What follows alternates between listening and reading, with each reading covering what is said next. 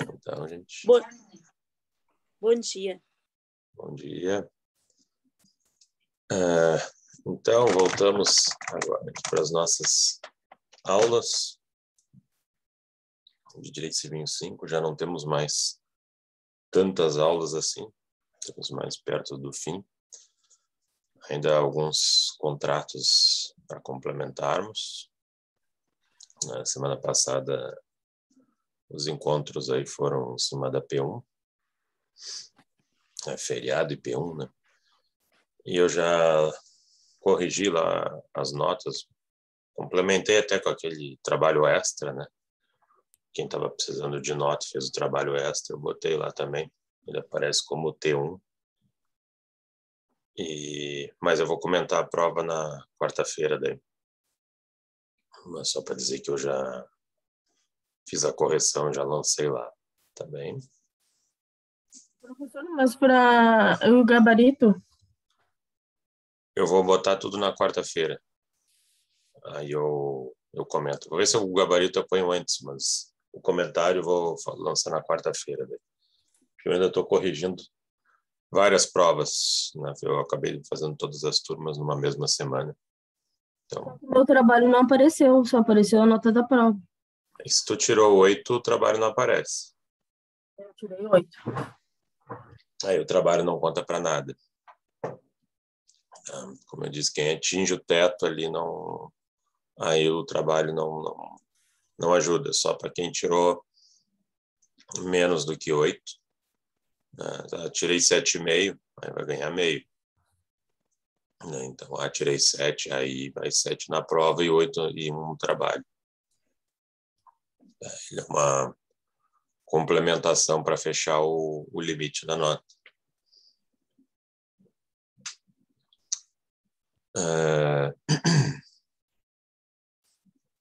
E essa nota vale 8 porque ela é menos, né? A P1 é 40%, a P2 é 60%. Então tá, gente, o próximo contrato agora é um contrato também do dia a dia, um contrato importante, mas perigoso, né? Responsável aí por muitas soluções, né? Principalmente para nós que vivemos num sistema capitalista. Não tem como viver sem ele.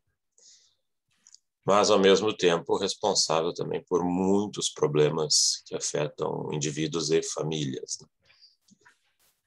E dentro das suas mais variadas modalidades, que a gente não tem como observar todas, porque seria um volume muito grande, seria impossível. E que é o contrato de empréstimo, né? E o contrato de empréstimo ele é dividido, vamos dizer assim, na versão light, né, na versão altruística e na versão negócios, lucro, que aí já é o foco no mútuo, né? Não que mútuo seja um empréstimo bancário, mas basicamente vem representado pelo acesso a linhas de crédito bancárias. Começando pelo comodato. Então, nós temos contrato de empréstimo, que é o genérico, e o específico é comodato e mútuo. E aí a gente começa pelo comodato. O comodato ele está lá nos artigos 579 a 585. 579 e 585. E ele representa o empréstimo de coisa infungível. Empréstimo de coisa infungível a título gratuito. Empréstimo de coisa infungível a título gratuito. Pelo qual alguém recebe um bem para fins de uso.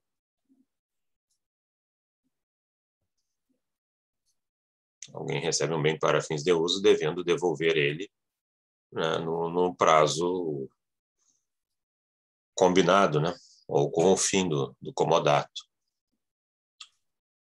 Então, a gente coloca, né, então, como características do comodato o fato de ele ser gratuito. Então, difere da locação, porque a locação a gente usa também, mas a locação a gente paga, né? O comodato a gente ganha de graça.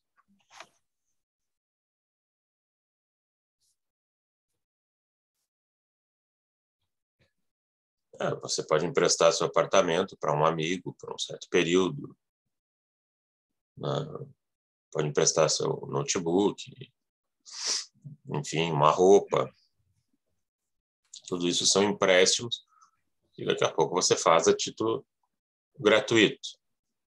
E se pagar condomínio e IPTU, continua sendo comodato? Boa pergunta da Kátia. Continua sendo comodato. Porque aí a gente vai pensar o seguinte, né?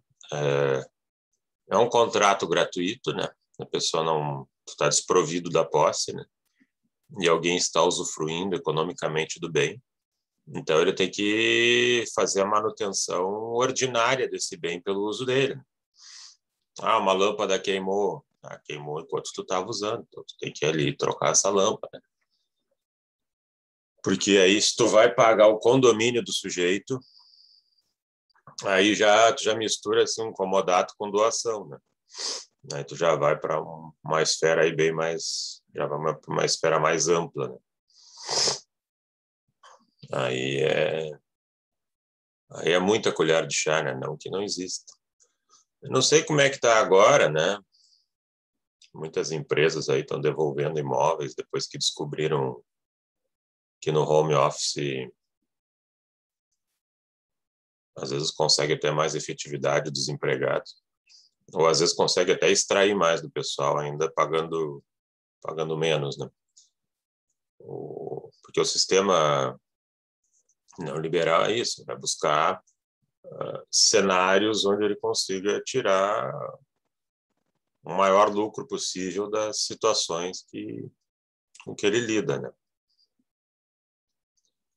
E dentro desse contexto, tem gente que, talvez com crise aí de aluguel, possa até estar fazendo comodato das suas unidades, ficando feliz com o fato de que o locatário, por assim dizer, esteja pagando só o condomínio, né? A pessoa ainda põe lá a locação, mas dispensa o aluguel, pelo menos por um período, né? E se contenta com o fato de o cara estar pagando o condomínio, que às vezes é muito alto, né? Então, menos mal que, já que eu não estou alugando, pelo menos eu não estou perdendo dinheiro com o condomínio. Então, em épocas aí de dificuldade de aluguel, isso aí é uma prática aí que aumenta, né? Só que aí eu acho que eles optam por locação, na maior parte, né? Depois locação, põe um aluguel, mas suspende o pagamento do aluguel por um certo período, para não ficar tão fácil assim, né? Só botar ele como comodato.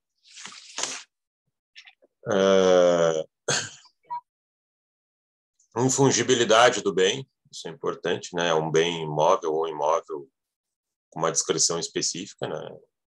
Você emprestou sua roupa para a amiga aí numa festa, ela tem que te entregar a roupa inteira, né? Depois da festa, né? Que foi o período marcado como o fim do comodato.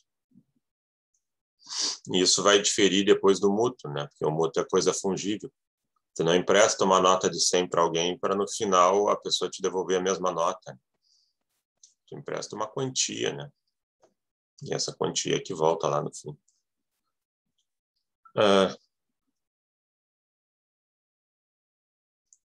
Uma outra característica, ele é um contrato personalíssimo. O comodato é personalíssimo. Quer dizer, está lá no artigo 581. Já que é um favorecimento pessoal,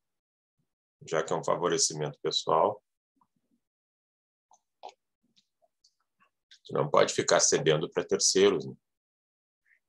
Então, tu não pode transferir para outra. Chegar lá, tem a namorada do sujeito agora que está morando sozinha no imóvel que tu emprestou, era teu amigo, teu irmão. Não, não pode. Aliás, se tem alguém que não se dá conta para abusar, é familiar, né? Por isso que, se fosse comodato com família, minha sugestão, não sendo filho, aluga, tá? Porque depois o pessoal não é lá muito grato, tá? Às vezes também, né, acontece do sujeito, né? Tu tem lá um pedaço de campo lá, um terreno de campo. E aí, tá, eu quero, se eu botar caseiro, vem todo aquele rol de pacotes, né? INSS, 13º, toda aquela estrutura, né? E às vezes tu nem tá precisando muito de alguém para trabalhar lá na terra, né? Que alguém que fique lá cuidando, parado. Então, o que você faz lá? Negocia, olha, então vamos fazer um comodato e tu ocupa aí, faz a tua hortinha, faz a tua plantação, tu tirar é teu, e cuida, né, e fica ocupando, né? Qualquer coisa tu me avisa. E aí não é incomum fazer comodato, até porque realmente não teria uma relação de trabalho propriamente.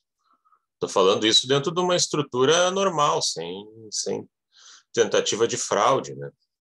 Se você ficar toda hora dando ordem para o sujeito fazer isso, fazer aquilo, aí já não é mais comodato. Aí é relação de trabalho. Agora, o comodato, né, dentro das suas características, ele é não solene. Então, tu pode fazer um comodato verbal, né? Mesmo envolvendo imóvel, porque se tu fosse fazer um comodato solene, formal, tá, vamos redigir aqui o documento dos deveres e obrigações, né, do empréstimo, vamos fazer ali no tabelionato, ia ser tão cheio recheado de burocracia que ninguém mais ia emprestar, né? O pessoal, não, eu vou gastar com isso, olha o tempo que vai me tomar. Então, a tendência, muitas vezes, do comodato é ele ser na forma verbal. Só que aí é o problema, né? Se tu vai emprestar uma determinada coisa por longo tempo para alguém, né, e tu está fazendo um comodato verbal, né, sabe como é que é o ser humano, né? Daqui a pouco ele muda de ideia e ele contra-ataca dizendo, não era comodato, eu comecei a ocupar aqui, agora eu tenho uso capião. Né? Porque a existência de uma locação, a existência de um comodato, eles emperram o uso capião. Né? Por quê? Porque no uso capião, não sei se acho que vocês ainda não viram direitos reais, tem uma série de requisitos, né? E um deles a gente chama a posse ad uso capione, quer dizer, uma posse para se tornar dono, né?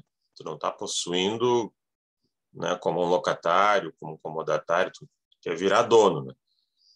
E a locação e o comodato te impediriam isso.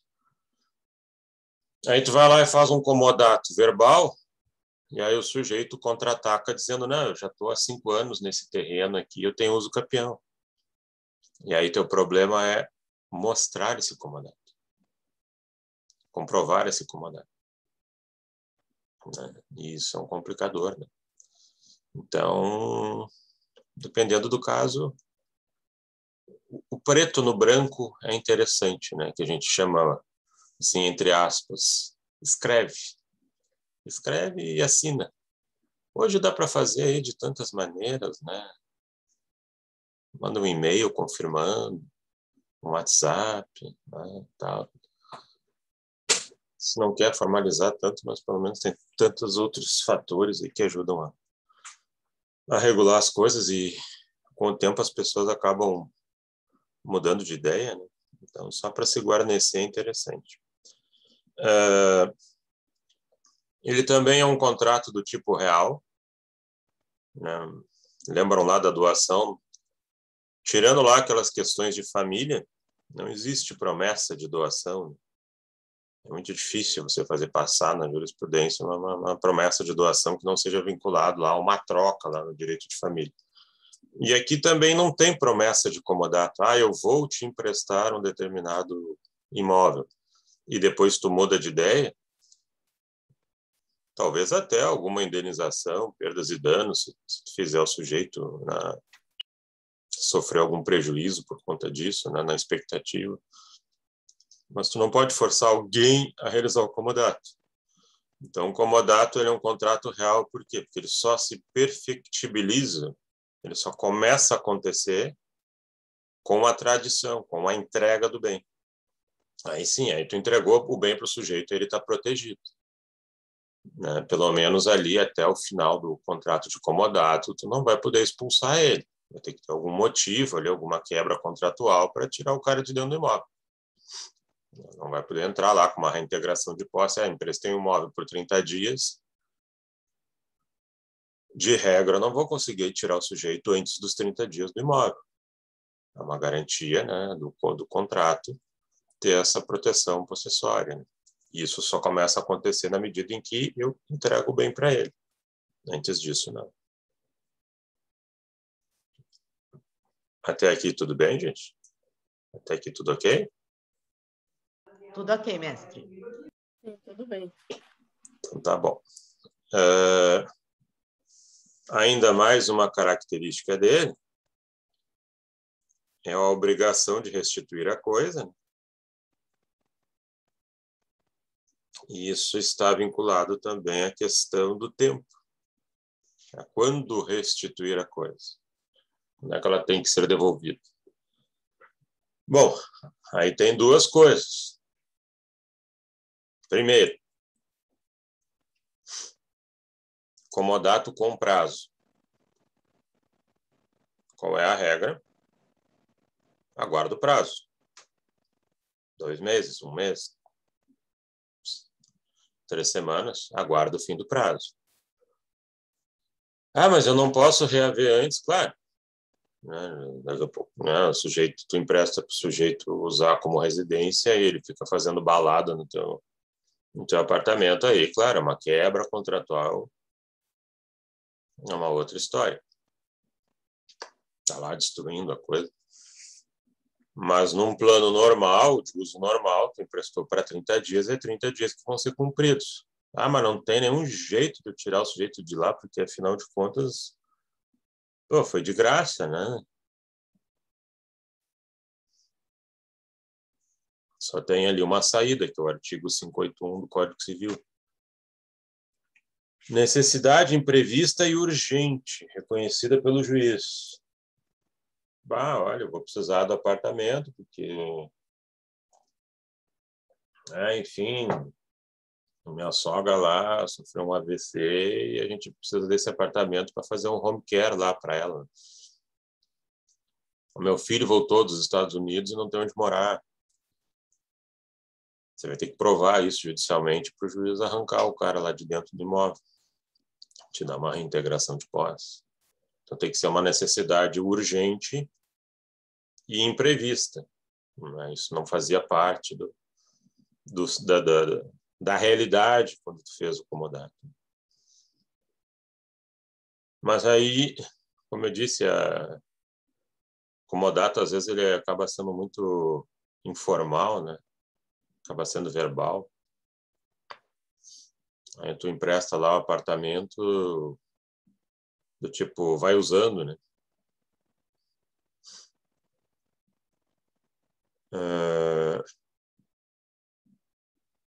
Mas chega uma hora que tu quer o apartamento de volta, né? Aí tu pede, o sujeito começa a se negar lá e tal. Bom, primeiro que tem que ter um mínimo compatível com uma coisa que tu emprestou, né? Se tu emprestou um vestido para amiga e num casamento, e o casamento ocorre daqui a 2 semanas, tu não pode pedir o vestido antes disso. Tu pode pedir depois do casamento.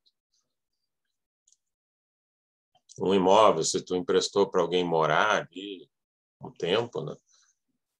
Aí o sujeito chega a fazer mudança e tal. Tu não empresta um imóvel na segunda para tocar o cara embora na sexta. Pelo simples fato de que tu escolheu fazer isso por prazo indeterminado. Então, tu tem que ver o que seria mais ou menos compatível com aquele uso daquele bem. Se tu deixa alguém chegar ao ponto de fazer mudanças para dentro do imóvel, pelo menos eu acredito ali que 30 a 60 dias, né, é um prazo compatível com aquele uso que tu está prometendo. É uma expectativa, né, que tu gera, né? E aí tu entrega o imóvel para o sujeito. Então, também, o prazo ele é determinado pelo tipo de uso concedido, né? Mas esse prazo ele pode ser quebrado com a ideia de uma necessidade imprevista e urgente também. Da mesma forma que ocorre com o prazo determinado. Olha, deu um problema lá de saúde, estou precisando antes. Tá, então, são estruturas aí que podem acontecer. Aqui mais um item. Obrigações do comodatário. Nós temos duas partes no comodato. O comodante. Comodante, que é quem empresta, né? Quem faz o empréstimo, quem cede a posse. E o comodatário, que é quem recebe a posse. E as obrigações do comodatário, primeira delas, nós colocamos conservar a coisa como se fosse sua.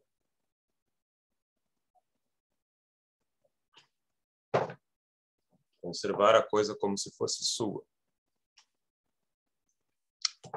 Aqui temos dois artigos, 582 e 583, bem interessantes. Isso aqui é artigo de prova da OAB, onde eles gostam de ir na parte objetiva ali, bem no texto da lei. O comodatário, ele não pode, né, numa iminência de algum problema, antepor os bens dele em detrimento dos bens do comodante. Mesmo que haja força maior. Então, a casa, ele me emprestou uma casa, o rio subiu, está dando uma enchente, vai invadir a casa. Aí tu tem lá as tuas coisas, né? Tu levou lá teu micro-ondas, teu forno elétrico e tem lá a TV do comodante, tem, sei lá, ventilador do comodante, tem os aparelhos elétricos dele e tem os teus. Aí tu começa a salvar só os teus. Se der tempo, eu salvo os dele. Quer dizer, isso é um olhar assim egoísta, individualista, muito vil, né? Uma autossobrevivência que não precisaria ser aplicada nesses moldes aí, nesse caso, né? Então, se daqui a pouco o sujeito olha lá, pô, mas tu botou ali num barco só o que era teu, que era meu, né? Não vou dizer porque o cara ia tirar um freezer, uma geladeira que talvez nem conseguíssemos, um fogão, mas tinham outras coisas que ele podia ter buscado da mesma maneira, né? Só que ele optou por salvar as dele, o comodatário. Então, o comodatário poderia ser demandado pelo ressarcimento desse abandono das coisas do comodante.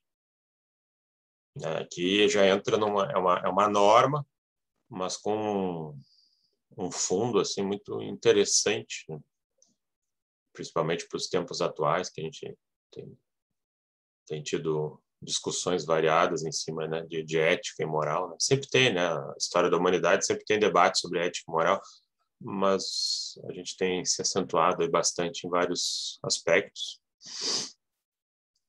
E aqui a norma diz, olha, se tu abandonar as coisas do comodante, tu vai ter que ressarcir ele disto, independentemente que a fonte do problema seja uma força maior.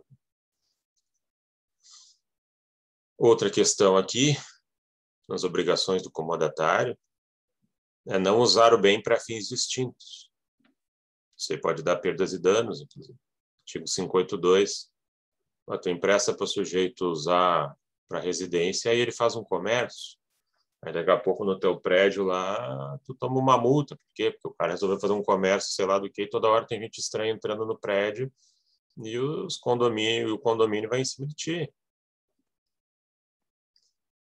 E aí tu vai pedir uma reintegração de posse. Não, fora.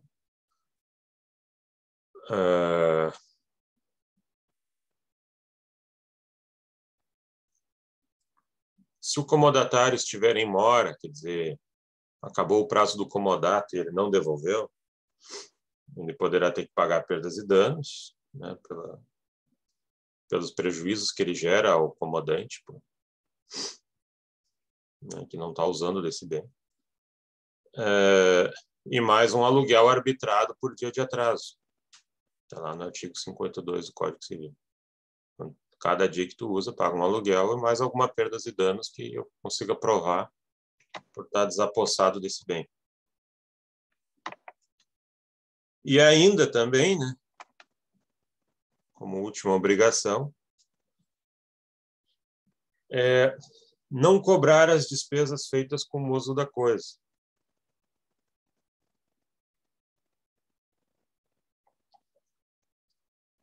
Não cobrar as despesas feitas com o uso da coisa. Artigo 54. Eu tive que trocar uma lâmpada. Que ótimo, bom para você. Afinal, ela queimou durante o seu uso, né? Então, faz parte, né? Porque, olha, tem gente cara de pau nessa vida aí, e mal acostumado. Então, às vezes o cara faz algumas coisas altruístas assim, depois se arrepende. Tudo bem aqui? Comodato? Tudo ótimo, mestre. Tudo bem, tudo certo. Então tá ótimo. Agora nós vamos para a versão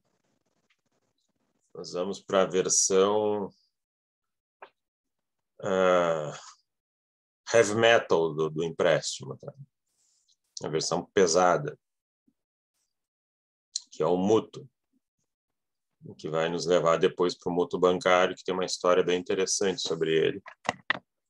Mas agora surgiu aí uma importante luz no fim do túnel para salvar um pouco a pátria dos tomadores de empréstimo bancário. Todo mundo usa crédito, né? É crédito imobiliário, para comprar carro, cartão de crédito, crédito estudantil, e assim vai. Mútuo, artigos 586 e 592.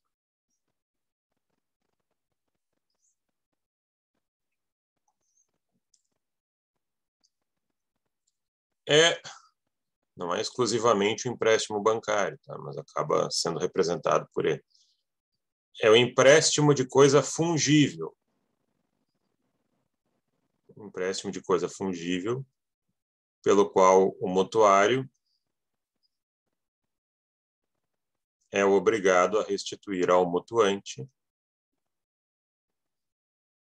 Empréstimo de coisa fungível, pelo qual o mutuário é obrigado a restituir ao mutuante coisa do mesmo gênero, qualidade e quantidade. Gênero, qualidade e quantidade. Então, você não vai devolver a mesma coisa. Então, temos aí a ideia de uma obrigação, isso aí vocês viram, em obrigações, né? Artigo 243 do Código Civil, que é a obrigação de dar coisa incerta, observando o mesmo gênero, qualidade e quantidade. Você vai devolver a mesma quantia, se for dinheiro, acrescida de algumas coisas a mais também, ou muito mais também. Então, assim, características do mútuo. Primeira delas, é estranho falar nisso, mas ele é um empréstimo de consumo. você recebe a coisa para consumir. Até porque você não vai devolver a mesma coisa.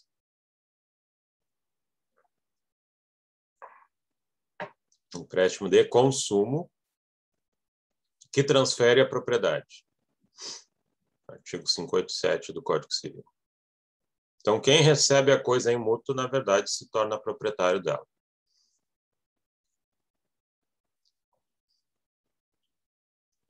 Quando você recebe um dinheiro, depois você não devolve, quem te emprestou não entra com uma ação de reintegração de posse.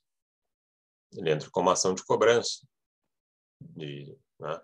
Uma ação obrigacional onde ele vai cobrar um crédito. Por quê? Porque você virou proprietário da coisa.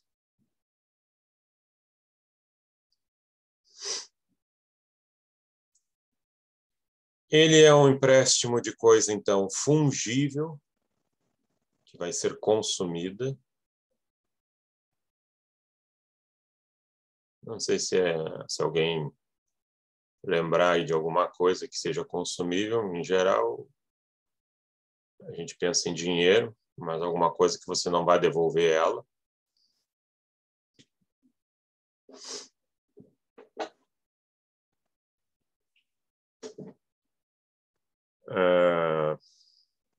Ele também é gratuito ou oneroso. Pode ter empréstimo de dinheiro gratuito, pode. Tu empresta 100 e o sujeito te devolve 100, normal. Mas se for dinheiro, tu tem que especificar que é gratuito, porque de regra, artigo 591 do Código Civil, se for dinheiro, a regra é que ele seja oneroso. Ou seja, vai ter juros. Juros que a gente chama de juros remuneratórios. Remunerar pelo uso do dinheiro.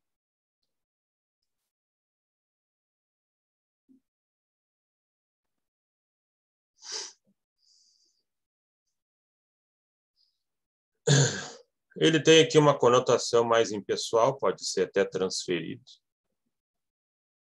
dependendo do caso. Ele é também... tem mais um aluno que entrou ali, um aluno novo. Ele quer conversar contigo. Eu deixei ele se olhar. Pode manda a pergunta aí. Outra vez, se não tiver pergunta, novo. Pode falar o que tu quiser. Se quiser, dá bom. Qualquer coisa, manda aí. Tá com sono ainda, de manhã cedo.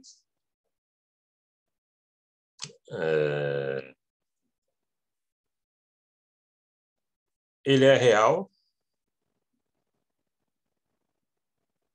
Né? Quer dizer, também não existe promessa de mútuo, né? Ele começa a valer a partir do momento que você entrega a coisa. Ele é não solene, embora tenham várias estruturas aí que a lei demanda uma solenidade, uma formalidade, algumas mais complexas do que outras. Né? Você vai fazer empréstimo de dinheiro no sistema financeiro de habitação, o contrato é meia bíblia ali, um troço enorme. Né? Então, aí depende, né, do tipo de situação que você vai fazer e também na medida em que você trabalha com um empréstimo bancário já com uma ideia profissional, né, como banco, você tem que ter um contrato escrito porque você pega lá regras do Código de Defesa do Consumidor, por exemplo, que vai exigir que as cláusulas restritivas de direitos sejam claras, objetivas, compreensíveis, né? Então, na medida em que você faz um contrato verbal para cobrar um empréstimo com encargos, depois você tem dificuldade de exigir esses encargos se quem contratou contigo, por exemplo, for um consumidor, porque você não deu, né, um conhecimento prévio das estruturas que regeriam esse negócio.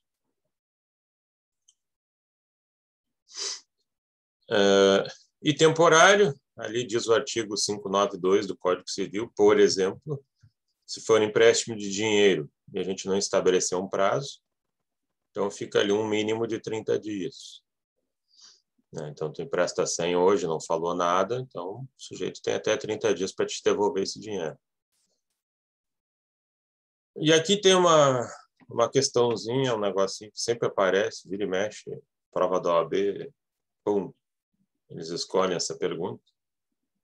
É um empréstimo a menor, artigo 588 do Código Civil.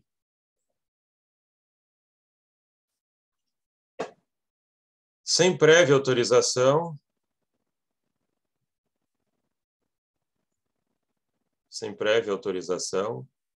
um empréstimo a menor não pode ser nem reavido do menor, nem do fiador dele. Eu digo sem prévia autorização do representante do menor. Então, é um empréstimo que vira aí uma obrigação imperfeita, você não consegue cobrar nem do menor, nem do fiador. A exceção a isso é o artigo 589 do Código Civil. Ou você prova a malícia dele, né, que ele conseguiu ajeitar bem ali a situação em fraudar a idade, né, parecia ser maior, enfim, era menor. Ou tu provar que o empréstimo vem a benefício dele, emprestou lá 10 mil reais, o guri lá, que era todo ativado na internet, se ligou, comprou lá criptomoedas e transformou os 10 mil em 1 milhão. Vamos exagerar assim. Então tá, né? Aí tu podes cobrar, porque realmente ele se beneficiou disso. E aí ficaria um enriquecimento sem causa, né? Permitir que ele não devolvesse esse dinheiro, já que ele trabalhou esse dinheiro, e esse dinheiro deu retorno, né?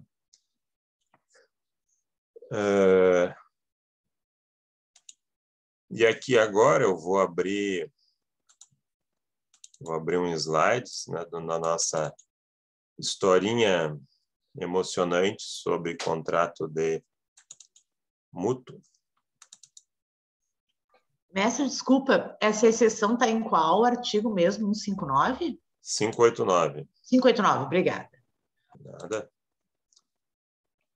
Vamos ter que fazer aqui um share screen.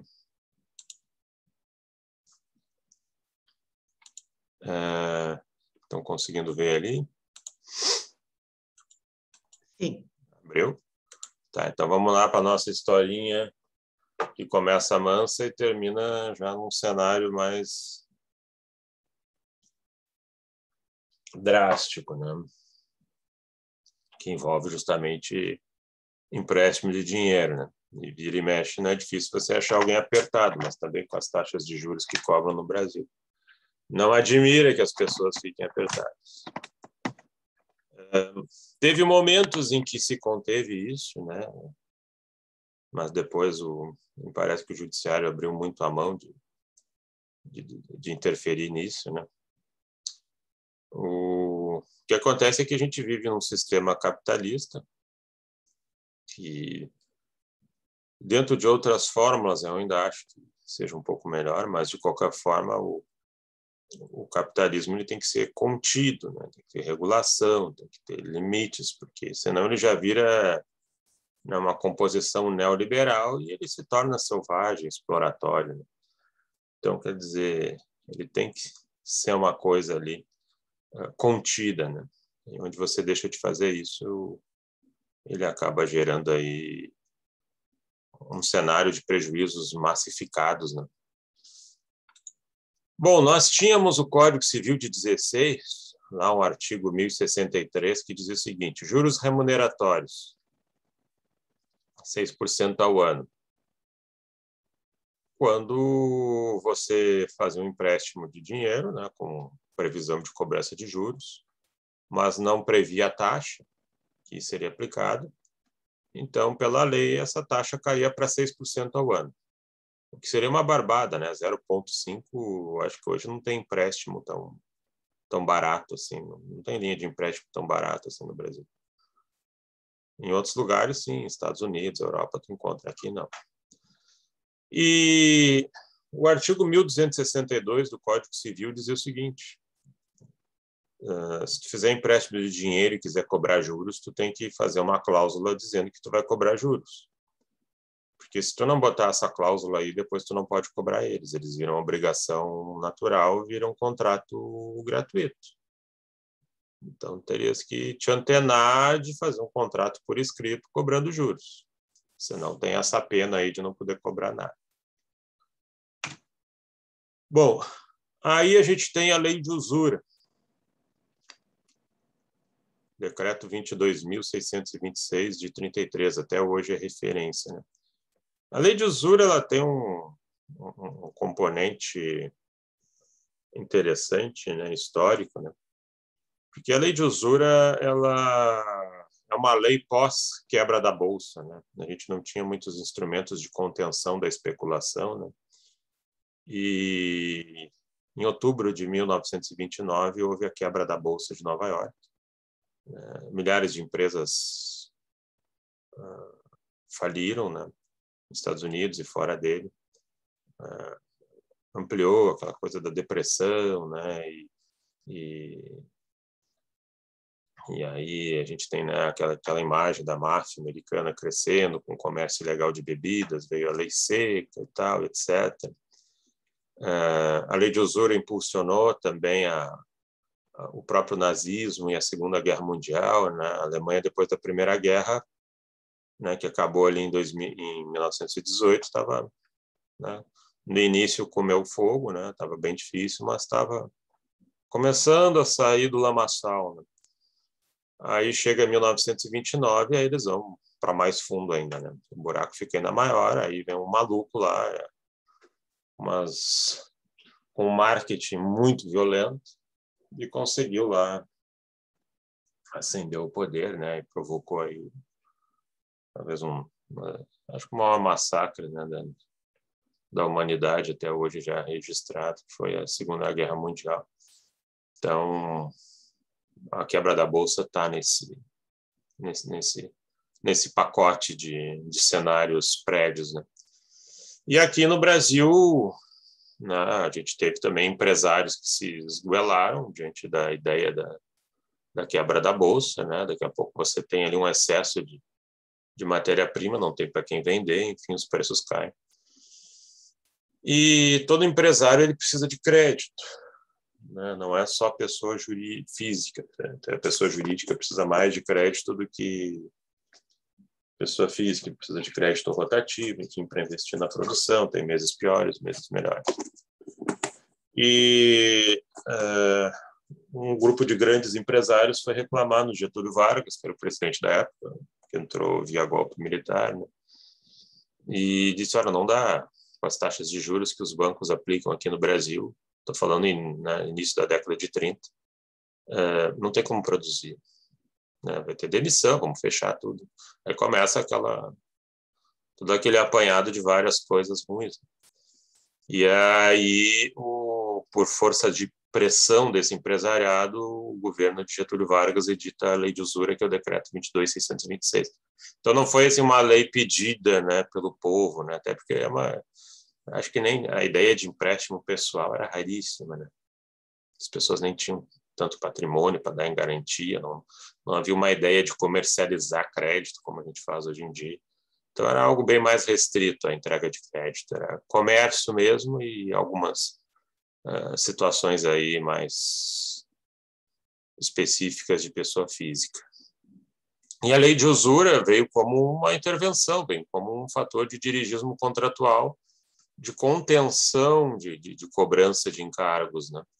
E ali ela tem um artigo que ficou, alguns dispositivos, né, que ficaram emblemáticos, né, entre nós.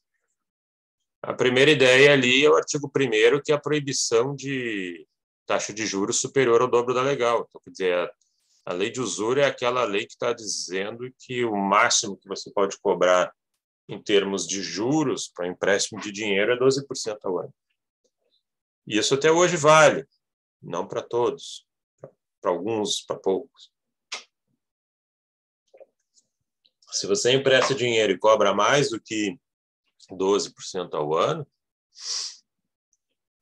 aí você comete um crime de usura e esse contrato é nulo. Você fica livre, né, de pagar encargos, né, diante desta situação aí. Então, foi uma lei pedida por empresários, né? Bom, o tempo vai andando, né, e aí a gente dá um salto, vai para lá na década de 70 e o STF, confirmando a jurisprudência dele, ele diz, olha, não se aplicam a lei de usura a bancos. Não se aplica a lei de usura a bancos. Ou seja, tem dois tipos de usura, né? Tem aquela da pessoa comum, você quer emprestar dinheiro para alguém, você tem um limite de até 12% ao ano em termos de taxa de juros. Já o banco poderia, teoricamente, cobrar o que ele bem entender. Tem operações que são limitadas, né? Crédito consignado, consignado para idoso, aí tem limites, né? Mas tem outras que aí eles jogam para a ideia da concorrência, né? Ganhe quem trabalhar melhor, enfim. Então, o STF estava tirando a lei de usura dos bancos. Aí tem dois tipos de agiota. O agiota, pessoa física que cobra além de 12%, que aí já é crime, e o agiota, banco, que cobra o que quiser.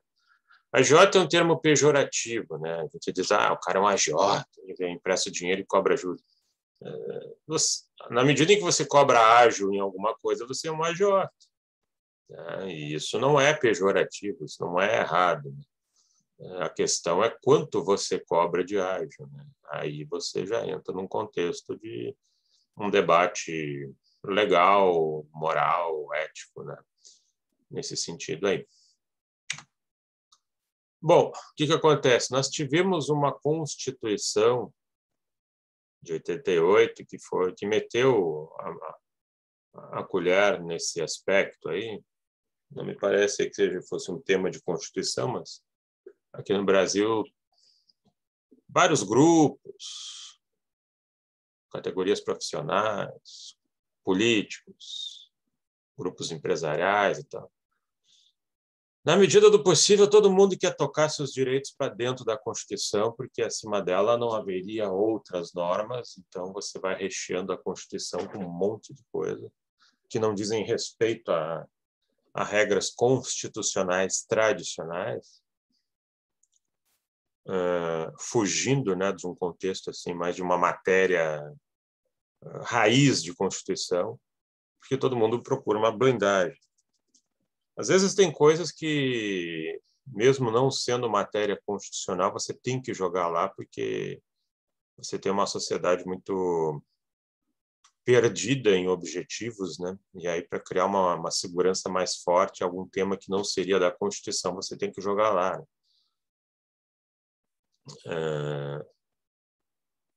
Daqui a pouco você, por exemplo, vê a Constituição falando de união estável, né?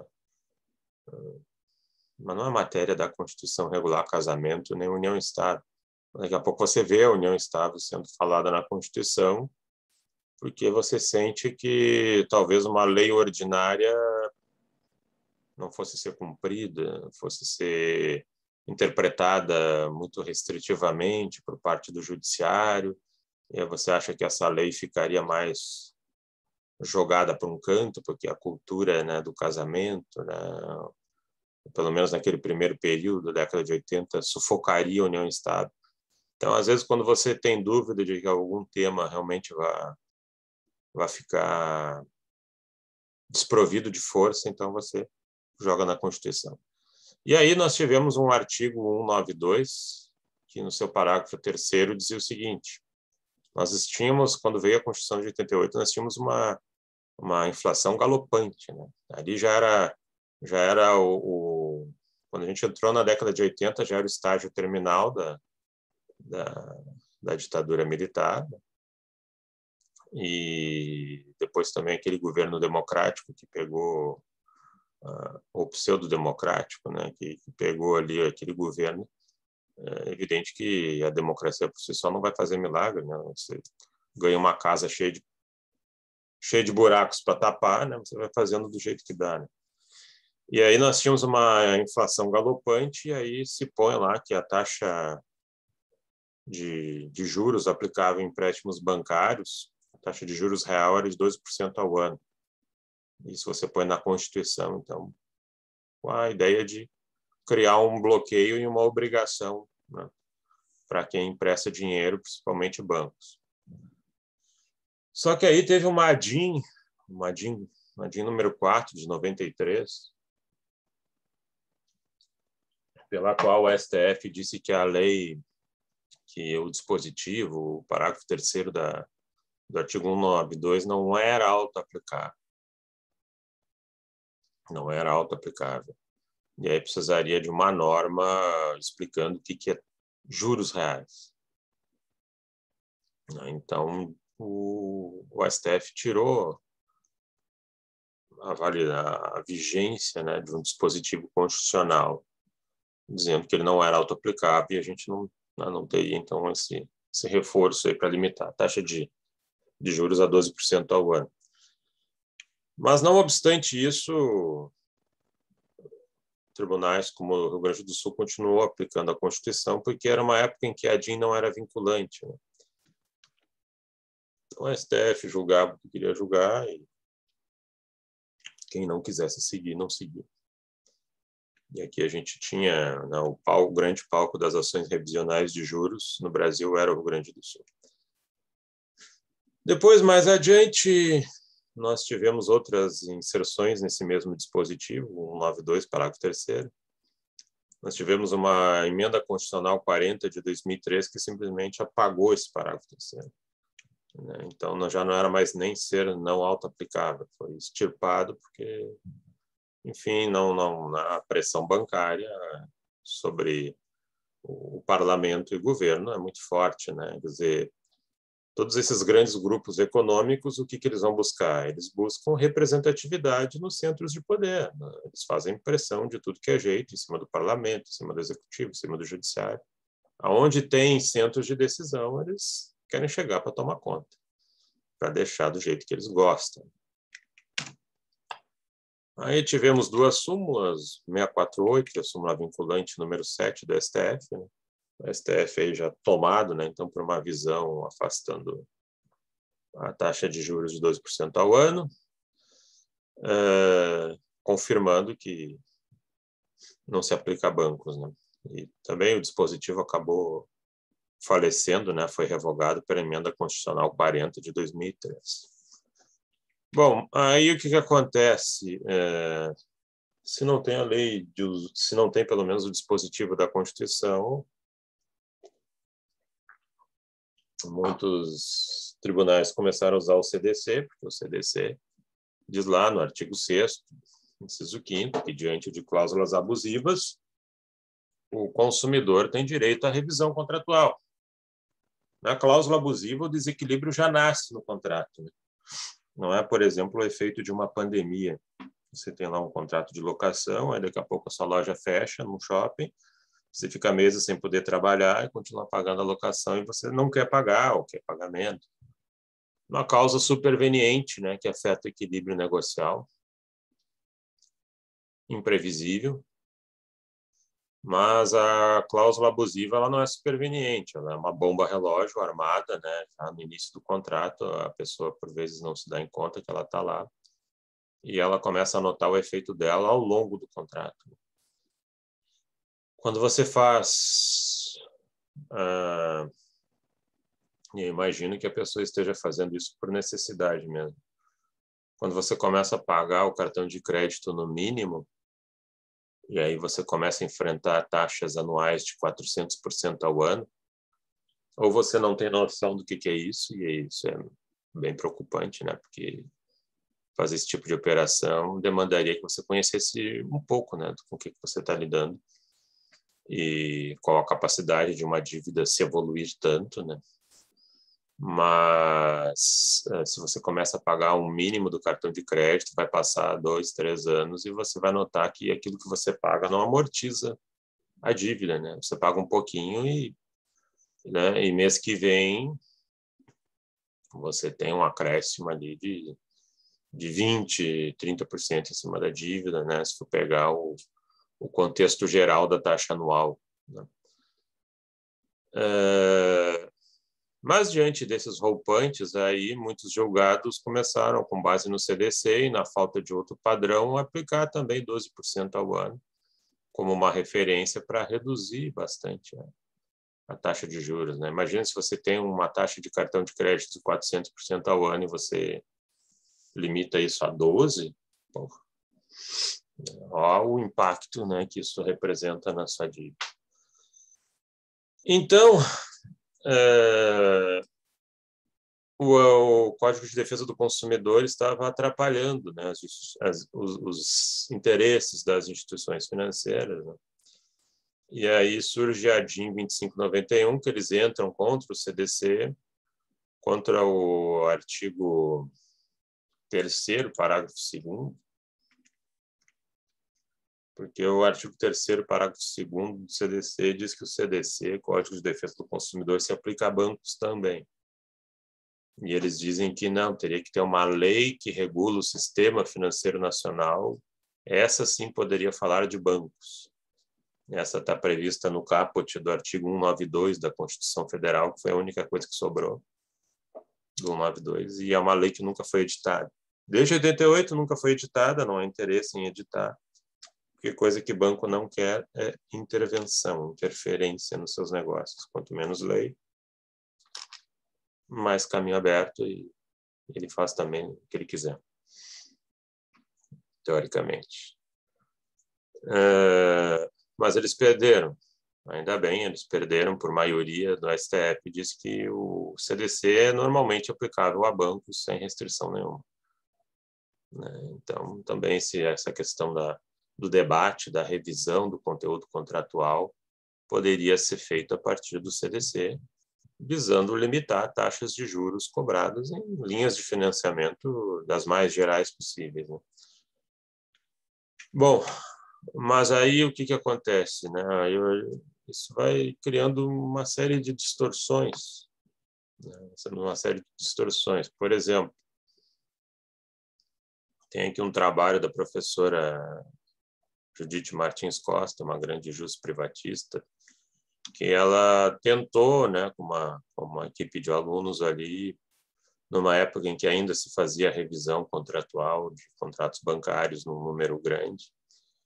Ela tentou colocar a posição do TJRS em 4 grupos, em 4 setores ali, para mais ou menos tentar explicar como é que o TJRS receberia esse tipo de demanda, né? E como é que ele trataria dela no sentido de reduzir ou não taxa de juros. Aí temos lá uma primeira posição que diria, isso já não anda assim, né? Estou falando mais em termos históricos, né? E teve uma época que, né, a gente tem que voltar uns 15 anos atrás, pelo menos, em que a cada 10 ações revisionais de juros, né, que a gente deveria ser ação revisional de contrato de empréstimo, né? Mas o pessoal já ia direto no rim ali na parte de juros, que seria o fator principal aí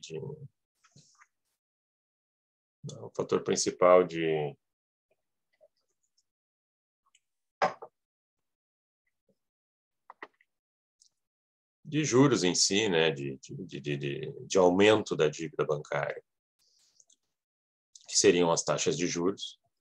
Então, a cada 10, 8 contratos tinham um efeito muito importante para o tomador de crédito, ao ponto de reduzir muito a taxa de juros, né?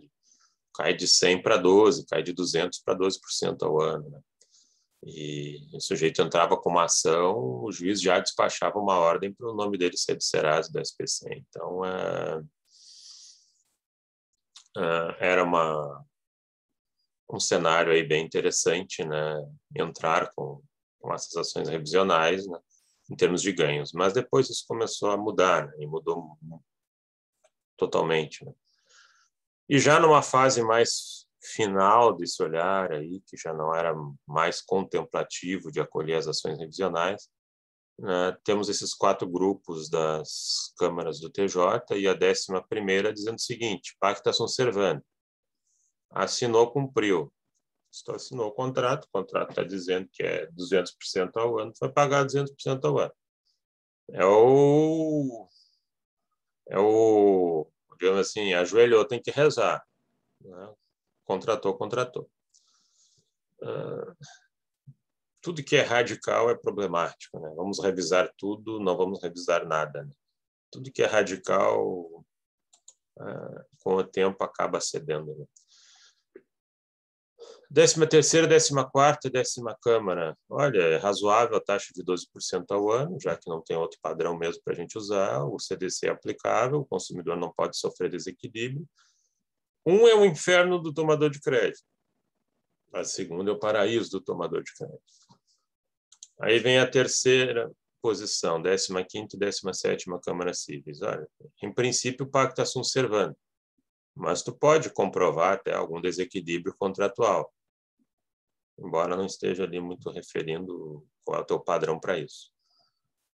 O CDC diz que o consumidor tem direito à modificação de cláusulas contratuais desproporcionais, o 478, 157, que trata da lesão, que a pessoa, por necessidade ou inexperiência, acaba pegando aí prestações manifestamente desproporcionais, né?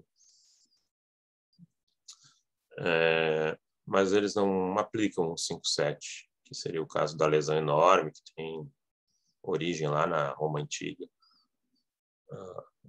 Os romanos, eles dominavam as populações, né?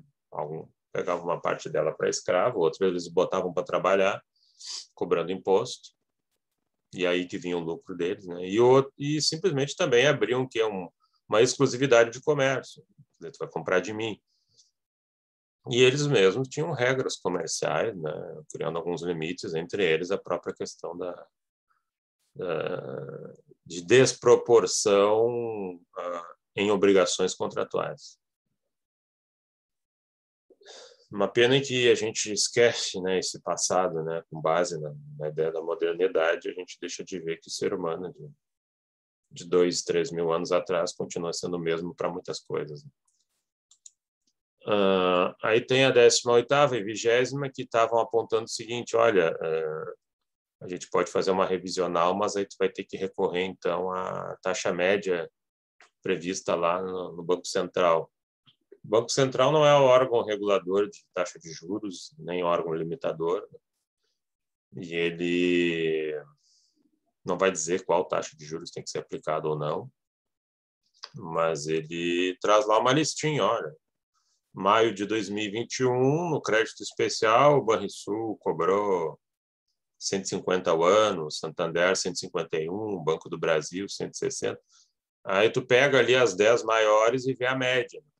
Então, se no caso que tu está trazendo para revisar o que o banco está te cobrando é abaixo dessa média aí, então eles não vão mexer em nada, vão manter assim. Se ele está cobrando acima, tu retiraria um pouco esse excesso para ficar então dentro da média. Então, é uma revisional assim, é meio capenga, assim, o uso dela, né? Não é tão interessante. Até a prática bancária é meio estranha, porque se você paga em dia e você quer fazer um acordo com eles, se você paga em dia, paga juros, paga tudo, diz: olha, estou apertado, vamos reduzir essa dívida, eles não te reduzem nada, eles vão fazer um aditivo contratual ampliando ela e carregando com mais juros. Agora, se tu está 2, 3 anos sem pagar, eles pegam lá uma dívida de 100 mil e negociam a 10.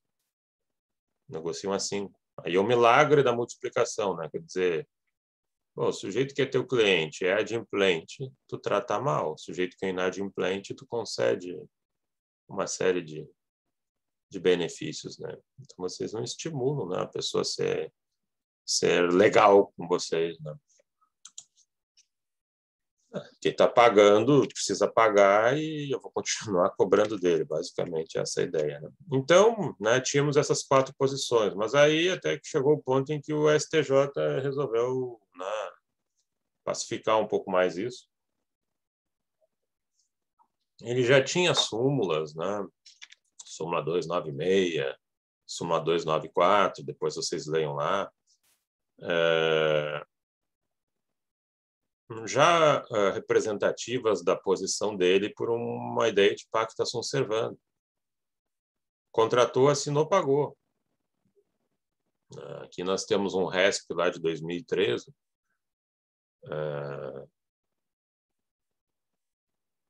Outubro de 2013, né? Isso aí já faz bastante tempo, aí faz quase 20 anos. Taxas de 9,90% a 13,58% ao mês não deve ser presumida por si só como abusiva. Pô, como é que não é abusiva? Ao ano, isso aí vai mais de 200% ao ano. Então, ele já tinha uma postura pacta sunt servanda, né? Assinou, pagou. Acontece que, na época de ouro, aqui, nas ações revisionais, vamos dizer, a cada 10, 8 funcionavam, você reduzia para uma taxa de 12% ao ano.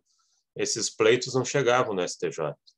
O que até faz sentido, porque ele tem duas súmulas lá, 5 e 7, que diz que recurso especial não serve para se reapreciar provas nem se reinterpretar contratos. E aí você tem uma análise contratual, né, quando você tem uma ação revisional de juros, né? Mas o STJ não pegava essas demandas, né? Então morria tudo por aqui mesmo, e por isso que os bancos tomavam um pau. Só que aí conseguiram fazer passar, furaram um bloqueio, e aí o STJ começou a modificar vários julgados daqui, e aí o pessoal daqui também perdeu o embalo, porque eu vou julgar diferente se lá em cima vão modificar meu acordo, né? Bom, aí nós tínhamos no CPC antigo ainda uma figura que hoje continua ocorrendo, que é de recursos repetitivos, né? O STJ vai pegar lá um recurso especial de uma demanda com uma tese que se repete aos milhões, né? Ações revisionais. Tinha uma época aqui que a ação revisional era mais de 50% do trabalho do TJRS.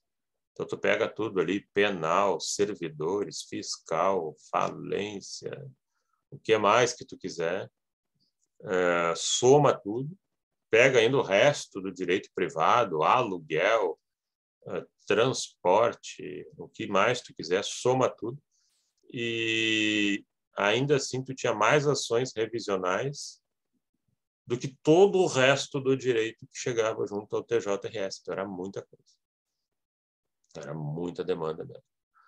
E aí, então, o STJ pegou lá um representativo aqui do Rio Grande do Sul, que era um estado que ainda resistia, né, com algumas coisas, e diz, olha, vamos julgar aqui a tese em cima desse recurso especial, tranca tudo, ninguém decide os outros.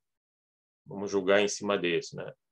O que a gente acha que é aplicável para ações revisionais de juros? A taxa de juros remuneratórios, a capitalização de juros, quer dizer, a fórmula composta de cálculo de juros, que isso o banco faz com você, né?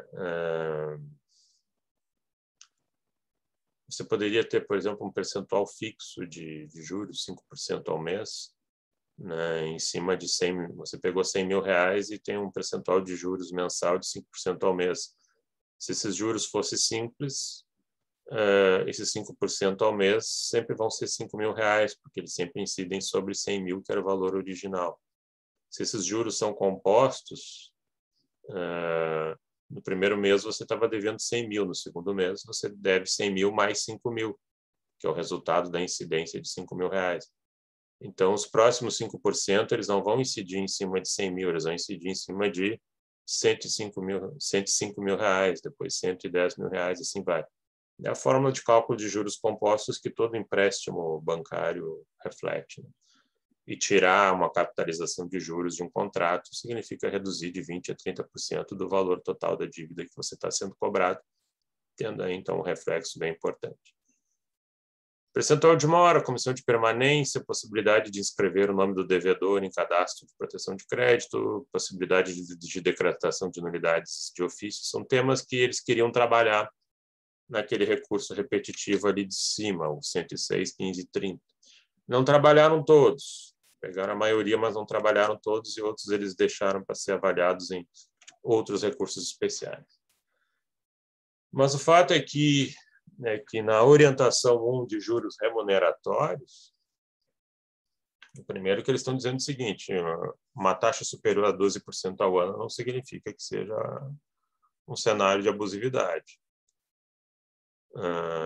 presumidamente abusível. Aí ele remete também aqui para situações excepcionais, onde fique demonstrada a desvantagem exagerada, né, do consumidor frente ao caso. Vai acabar remetendo para a taxa média do Banco Central, para a gente ver se é um mercado que se autorregula, né? Se todos os bancos combinarem de cobrar 100%, 300% ao ano no cheque especial, isso vai ser o ponto de equilíbrio na visão do STJ. Mas aqui é mais interessante também que eles afastam o artigo 591 combinado com 406 do Código Civil. Significa que o 591 diz que empréstimo de dinheiro presume-se oneroso, ok. Mas se não foi prevista a taxa de juros, você teria que usar, segundo o artigo 406 do Código Civil, a taxa de juros remuneratórios previstos nos débitos fiscais com a União Federal. Isso remete lá para o artigo 161 do Código Tributário Nacional e seria 12% ao ano. Então, se eu fosse fazer um contrato de empréstimo com o banco e ele não deixasse clara qual é a taxa que ele está aplicando, seria 12% ao ano. Mas o STJ está dizendo aqui que isso não se aplica, que essa norma não se aplica. É estranho que um tribunal olhe para uma norma e diz, não, isso aqui se aplica, aquilo ali não se aplica. Quer dizer, ele escolhe qual é a lei. Isso não é interpretação. Então, se você fizer um contrato com um banco e ainda assim não ficou muito clara a taxa de juros num primeiro olhar, ele poderia te cobrar a taxa média de mercado, né? Os próprios parceiros concorrentes dele salvariam a pátria e ele vai usar a taxa média de mercado para te fazer um lançamento de taxa de juros em cima do empréstimo que tu tomou. Aqui tem outros detalhes. Antigamente, você entrava com uma ação revisional de juros, ainda que você perdesse ela, o simples fato de você entrar já estancava 12% ao mês. Então, mesmo que depois você perdesse ela e ficasse uma taxa lá de... aliás, ficasse uma taxa de 15% ao mês, no momento que você entrava, ela caía para 12% ao ano. Então, mesmo perdendo, era uma vantagem, porque aquele período de trâmite do processo ficava 12% ao ano. Isso não acontece mais. E aqui também, isso aqui depois deu origem a uma súmula chamada súmula 381 do STJ, que diz que é uma súmula muito estranha, né? Vocês aprenderam lá em Direito Civil 1 que nulidade absoluta se decreta de ofício porque ela traz consigo uma violação muito grande, né? Uma agressão muito grande, que vai além do interesse subjetivo da parte e afeta toda a sociedade, né? E então essa nulidade absoluta, como por exemplo, eu vou fazer um contrato com uma pessoa com um menor de idade, menor de 16, por exemplo,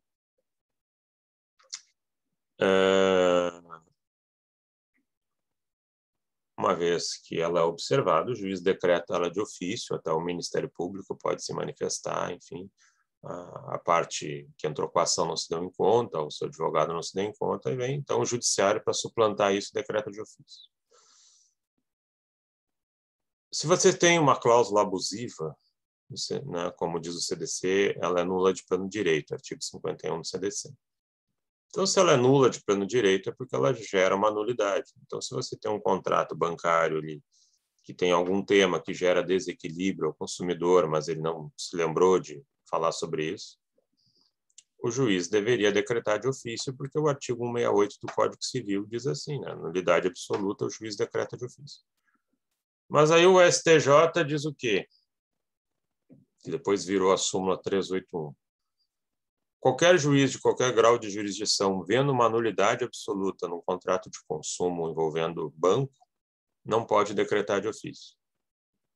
Mas ele pode decretar de ofício uma nulidade lá de um contrato de consórcio, plano de saúde, seguro, né? Lembram daquela cláusula do suicídio? Se tiver ali uma cláusula dizendo que suicídio não está coberto, ele poderia decretar de ofício.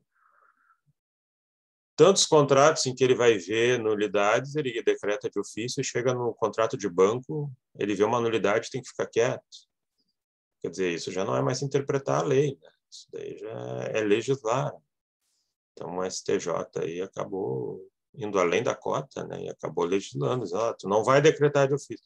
Então, ele tirou a eficácia do artigo 168 do Código Civil e do 51 do CDC. E isso não é interpretado. Isso vai mais além, né? Mas aí, então, nós temos aqui umas outras referências a outros casos e o resultado desse repetitivo aí acabou sendo representado por algumas súmulas. A súmula 382, o simples fato de cobrar 12% ao ano não significa abuso. A simples propositura da ação revisional não estanca a caracterização da mora, vai continuar devendo os juros remuneratórios enquanto o processo anda, né? Juros remuneratórios, aqueles pactuados, né, com o banco, 9, 10, 15% ao menos. E assim vai. Temos aqui outros casos que vocês podem dar depois uma pesquisada também. Comissão de permanência é a continuidade de cobrança de juros remuneratórios depois que a dívida vence, né? Ela se torna inadimplida e tu deixa de chamar de juros remuneratórios para chamar de comissão de permanência. É o mesmo efeito. O CPC novo trabalhou especificamente a ação revisional de juros e diz, olha, se você entrar com uma ação revisional de juros, tu já tem que especificar quais as obrigações que tu acha que são abusivas, né? E também se apresentar para depositar em juízo aquilo que você acha que realmente é devido, já com o cálculo contábil, né? Mostrando, né, que aquilo que o banco está te cobrando está fora dos parâmetros da jurisprudência. Exemplo, te cobrar algo além da taxa média, né? Você pega aí, ainda não sei se praticam isso, você pega aí a Crefisa, a GIP, entre outros, eles pegam contratos de crédito consignado que cai na pensão do sujeito ou no salário dele, se ele é um servidor público. Chega a botar ali 200%, 300% ao ano, taxas elevadíssimas, e aí se o sujeito se aperta e faz acordo, eles chegam a botar até 1000% ao ano, né? E aí o judiciário, né, dá uma contida, né, dá uma reduzida para uma taxa média, né? Ou pelo menos seguindo o padrão da lei para concessão de empréstimo consignado, porque imagina um empréstimo sem muito risco, né, quase sem risco, e há sempre um impositivo de um seguro prestamista, né, que vem a cobrir o saldo no caso do sujeito morrer, enfim. E aí você cobra 1000% ao ano, né, quer dizer, aí já esculhambou, né, aí já virou terra de ninguém. E aí não é muito difícil você mostrar que existe um exagero, né? 1000% ao ano. Mas, enfim, temos ainda algumas outras coisas aqui para falar. Aí depois nós vamos chegar. Se hoje existe um problema aí de não conseguir um espaço de ações revisionais de juros, não você entrar com uma ação simplesmente para revisar porque você acha que está elevado, a gente recebeu agora em julho uma modificação do CDC, Lei 14.181, com regras para evitar o superendividamento, né? Então, existe uma série de deveres agora que os bancos têm que adotar para parar com esse assédio de consumo, né, de viciar as pessoas em crédito. Você chega lá, principalmente para servidor público, né, que tem um salário um pouco melhor, e começa a oferecer, tem aqui uma linha de 20, 30, 40, 50 mil, ainda que sejam taxas pequenas, né? O pessoal acaba fazendo quase como uma parte da vida essa rotatividade de crédito, né? E não é nem para investir em algo que depois fosse dar algum retorno. Eu vou comprar um imóvel, depois ele valoriza, ou vou botar para alugar. Não, é para consumo mesmo, é para comprar celular, para fazer viagem. Agora tem o iPhone 13, que chegou no mercado e já estão fazendo até parcelamento em 30 vezes, entenda-se com juros, 15 mil reais. Quer dizer, 15 mil reais um celular que daqui a um ano já está defasado, daqui a um ano e meio está defasado, né? E ainda você vai pagar durante 30 meses, vai devolver 40 mil reais para um celular, né? Então, tem alguns assédios de consumo aí que pegam, né, a pessoa que está meio desprovida de uma educação financeira e entalam ela. Imagina você entalar a sua vida por causa de um celular. Que não, né? Se tu me disser que aquele celular ali vai te ajudar profissionalmente, né, que ele vai te ajudar a investir melhor em bitcoins, vai te dar uma celeridade que tu não tem, que tu vai ficar rico com isso, até pode ser que eu aceite, mas fora isso, né, para tirar a fotinho melhor para Instagram, é um hobby muito caro, né, muito caro. Então temos que tomar sempre um cuidado aí muito presente, né, com essas questões aí, oportunidades de consumo, né, isso aqui aí vai para um debate maior, né, toda essa questão, a discussão envolvendo o consumo exagerado, enfim, etc. Alguém tem alguma dúvida aqui? Na aula que vem vamos continuar com isso daqui, com a nossa plataforma. Não, tô sobre ainda... O senhor vai postar esse PowerPoint para a gente? Sim, ou sim. aqui no... Tá, obrigada. Vou botar... posso eu não botar consegui aqui acompanhar. também. Eu vou ver se ele... Peraí, deixa eu chamar no chat aqui. Obrigadão. Eu vou botar lá também, de qualquer forma.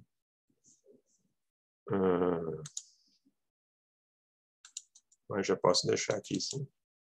Deixa eu chamar ali.